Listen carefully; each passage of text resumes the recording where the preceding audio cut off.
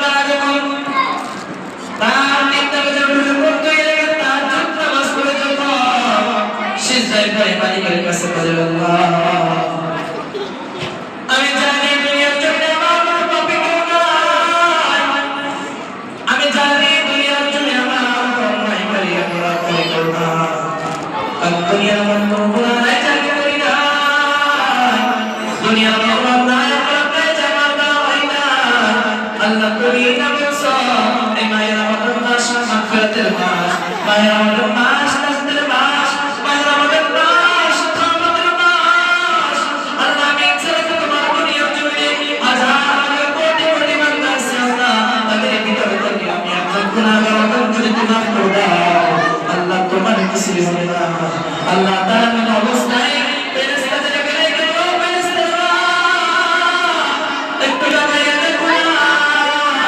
আমার এই বান্দা আমার কুকুরে সিজদায় করে দুই চোখের পানি পালাইয়া আমি মালিকের কাছে ক্ষমা চাই, যা যা ফেরেশতারা আমি আল্লাহ তাআলা কথা দিলাম আমার এই বান্দার জীবনে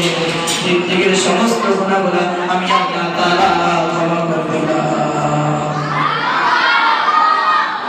তাহলে মায়ের আমাদের মাস হচ্ছে আমাদের গুনাহ মাফের মাস, এই বিষয়টা অপার দিয়েছে আল্লাহ তাআলা আমাদের জন্য। ইউসুফ আলাইহিস সালামের নবাব আল্লাহ তাআলা ওই 12 ভাইয়ের ভিতরে 11টা ভাই, 11টা ভাইয়ের ভিতরে একটা ভাইকে আল্লাহ তাআলা ওই রমজানের মতো দামি করে দিয়েছে। আমরা 12টা মাস পেয়েছি, 12টা মাসের ভিতরে একটা মাস এত দামি আল্লাহ তাআলা বলে এই মাসটার ভিতরে যদি আমার কোনো বান্দা একটা এক রাকাত নামাজ পড়ে আমি আল্লাহ